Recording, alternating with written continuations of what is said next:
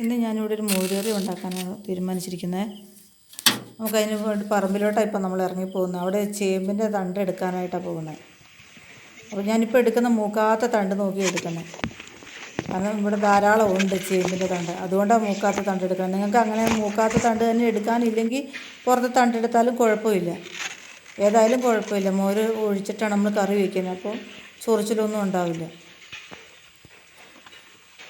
നമുക്കത് ഒന്ന് കട്ട് ചെയ്ത് അതിൻ്റെ തൊലി കളയണം, പുറം തൊലി കളയണം. അപ്പോൾ നമുക്ക് ഇന്ന ഷേപ്പിൽ കട്ട് ചെയ്യണമെന്നൊന്നുമില്ല, ഏത് ഷേപ്പിലും കട്ട് ചെയ്യും. പിന്നെ പഴയ കാലം മുതൽ പഠിച്ച ഒരു ഷേപ്പിൽ ഇപ്പം ഞാൻ കട്ട് ചെയ്ത് നിങ്ങൾക്ക് കാണിച്ചു തരാം. തൊലി കളയാനൊക്കെ വളരെ ഈസിയാണ്, കത്തി കൊണ്ടും ചെയ്യാം. ഇപ്പം ഞാനിത് ഇതുപോലെ ചെയ്യുക, കാരണം വെച്ച് കഴിഞ്ഞാൽ ഈസിയായിട്ട് ചെയ്യാവുന്ന കാര്യമല്ലേ നമ്മൾ നോക്കുന്നത്. അതുകൊണ്ട് ഞാനിങ്ങനെ ചെയ്യുന്നു. നിങ്ങൾക്കത് ഏത് സൗകര്യം എന്ന് വെച്ചാൽ അതുപോലെ തൊലി കളഞ്ഞെടുക്കുക.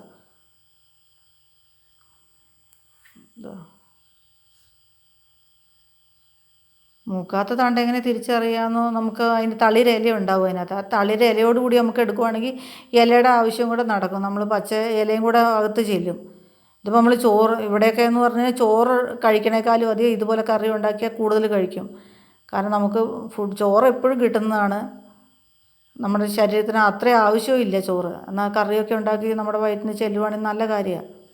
പ്രത്യേകിച്ച് ഈ കർക്കിടക മാസത്തിലൊക്കെ പഴയ കാലത്തൊക്കെ ഒത്തിരി ദാരിദ്ര്യമൊക്കെ ഉള്ളൊരു കാലത്തായിരുന്നു ജീവിച്ചത്. അന്നത്തെ കാരണവന്മാർ കഴിച്ചുകൊണ്ടിരുന്ന ഫുഡിൻ്റെ ഒരു ഇതൊക്കെയാണ്. അവർക്ക് പക്ഷേ ആരോഗ്യം ഉണ്ടായിരുന്നു, ഇന്നത്തെ തലമുറ പോലെയല്ല. എല്ലാ രോഗങ്ങൾക്കുമൊക്കെ ഓരോരോ പച്ചക്കറിയും ഇലയും ഒക്കെ അല്ലേ കഴിച്ചുകൊണ്ടിരുന്നത്. നമുക്കൊക്കെ പഴയ കാലത്തിലോട്ട് മടങ്ങിപ്പോവാം. കുറേ നാളൊക്കെ നമുക്ക് ചൈനയിൽ നിന്നൊക്കെ ഒന്ന് ഇറങ്ങിപ്പോരാം.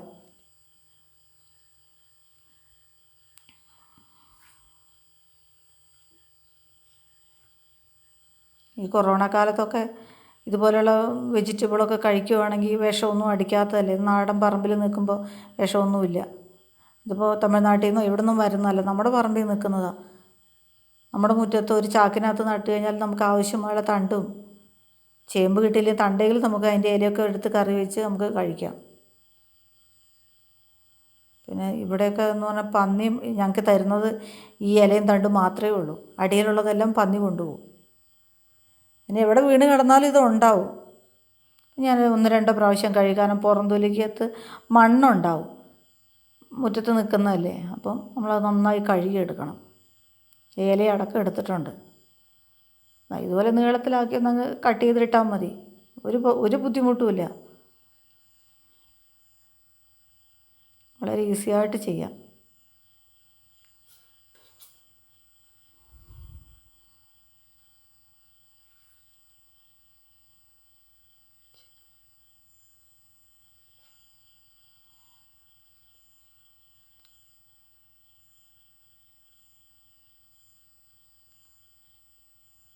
ഈ ഷേപ്പ് തന്നെ വേണമെന്നൊന്നുമില്ല, ഞാൻ ഷേപ്പ് ഒന്ന് മാറ്റി പിടിച്ചാലും കുഴപ്പമില്ല. കുറച്ച് വെള്ളം ഒഴിച്ചാൽ മതി. ഏകദേശം ഞാൻ കുക്കറിനകത്താണ് വെക്കണം. കാരണം എന്ന് വെച്ചാൽ പെട്ടെന്ന് ഒരു വിസിലടിച്ചാൽ വെന്ത് കിട്ടും. ചെരുവത്തിലോ എന്തിനകത്ത് വേണേലും ഈ ചേമ്പ് വേവിക്കാൻ പറ്റും. നമുക്ക് ആവശ്യത്തിന് ഉപ്പ് കണക്കാക്കി അതിനകത്ത് ഇട്ട് കുറച്ച് വെള്ളം, 1 ഗ്ലാസ് വെള്ളം ഒഴിച്ചാൽ മതി.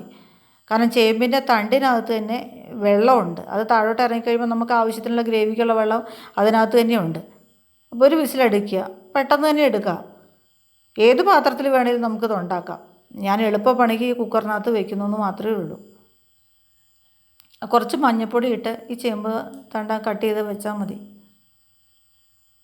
ഒരു വിസിലടിക്കണം, വേവാൻ വേണ്ടിയല്ല, നമ്മൾ ആ ഒരു കുക്കറിനകത്ത് വെച്ച ഒരു വിസിൽ എന്നുള്ള കണക്കിൽ മാത്രം.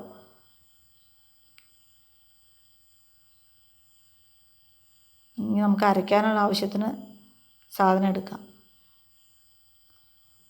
ഞാൻ 1/2 ടേബിൾ സ്പൂൺ മഞ്ഞൾ, 1/2 ജീരകം,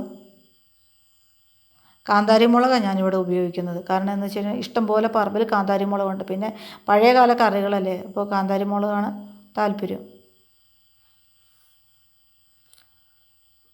കാന്താരി മുളക്, ജീരകം, മഞ്ഞൾ, 2 തണ്ട് കറിവേപ്പിലയും കൂടെ ഇടണം അതിനകത്ത്. എന്നാന്ന് വെച്ച് കഴിഞ്ഞാൽ നമ്മൾ ഇലക്കറി ആയതുകൊണ്ട് അരച്ചങ്ങ് ചേർക്കാം.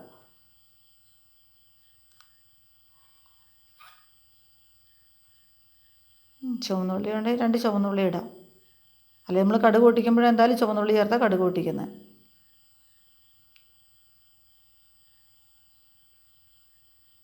കുക്കർ വിസിലടിച്ച് കഴിഞ്ഞ് ഇറക്കി വെച്ച് നമുക്ക് ഈ തേങ്ങ അരച്ചത് അതിനകത്തോട്ട് ചേർക്കണം.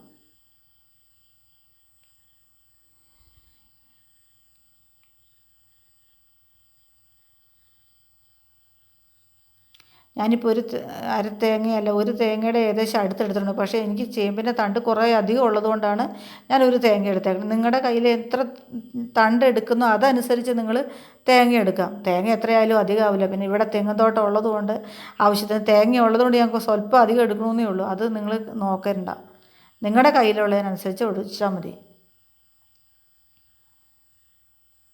ആ തേങ്ങ ഒന്ന് തിളച്ച് വരണം, ഒന്ന് ഇളക്കണം, അല്ലെങ്കിൽ അത് പിരിഞ്ഞു പോകും. അപ്പോൾ നന്നായിട്ടതൊന്ന് ഇളക്കുക. ഒന്ന് ചെറിയ തിള വരുന്നവരെ ഒന്ന് ഇളക്കുക.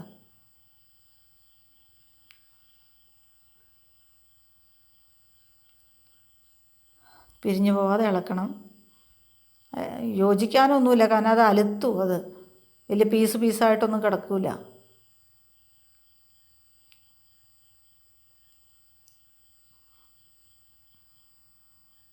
നമുക്ക് ഞാനിവിടെ എടുക്കണ മിൽമയുടെ തൈരാണ്. ഒരു കവർ തൈര് എടുത്തിട്ടുണ്ട്. അതും ഞാൻ തൈരും എടുക്കുന്നത് നമുക്ക് അതിനകത്തും ചേമ്പും തണ്ടിന് ചെറിയൊരു ചൊറിച്ചിലുണ്ടാവും. ചെറിയ ചൊറിച്ചിൽ എന്ന് പറഞ്ഞാൽ നമുക്ക് അറിയാൻ പറ്റുന്ന ചൊറിച്ചിലല്ലേ, എങ്കിലും തൈര് ചെല്ലുമ്പോൾ അത് നമുക്ക് അറിയാൻ പറ്റില്ല. പിന്നെ നിങ്ങൾ എടുക്കുന്ന കഷ്ണത്തിനനുസരിച്ച് തൈരും ചേർക്കുക, തേങ്ങയും. അത് നിങ്ങളുടെ ഇഷ്ടം.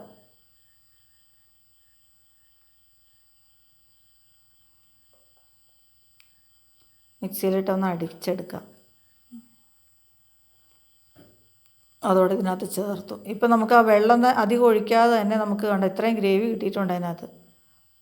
ഇത് തിക്ക് ഗ്രേവിയാണ്. നമ്മൾ അതൊക്കെ നിങ്ങളുടെ ഇഷ്ടം, ലൂസാക്കണോ തിക്കായിട്ടിരിക്കണോ. ഞങ്ങൾക്കിവിടെ താല്പര്യം തിക്കായിട്ടിരിക്കണം, വലിയ ലൂസല്ല. വേണമെങ്കിൽ നമുക്ക് മിക്സിയൊക്കെ കഴുകി ഒഴിച്ച വെള്ളം കൂടെ അതിനകത്തോട്ട് ഒഴിക്കാം. അപ്പോൾ നമ്മുടെ ആവശ്യത്തിന് കറിയായി.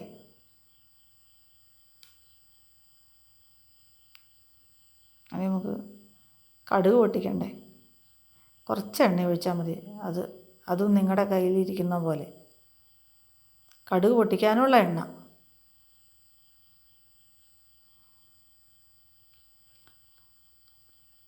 കടുക് പൊട്ടിക്കുമ്പോൾ ആദ്യം കുറച്ച് ചൂടായതിന് ശേഷം കടുക് ഇട്ട്, ഇത്ര കടുകൊന്നുമില്ല, ഏകദേശം ഞാൻ 1/2 ടീസ്പൂൺ കടുക് ഇട്ടിട്ടുണ്ട്.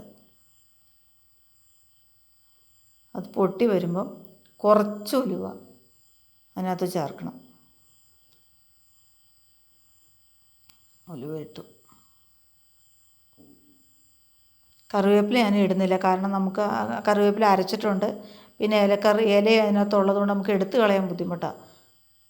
ഉള്ളിയും കൂടെ നമുക്ക് ആവശ്യത്തിന് കടുക് പൊട്ടിക്കാനുള്ള ഉള്ളി ഇട്ടൊന്ന് മൂപ്പിക്കണം.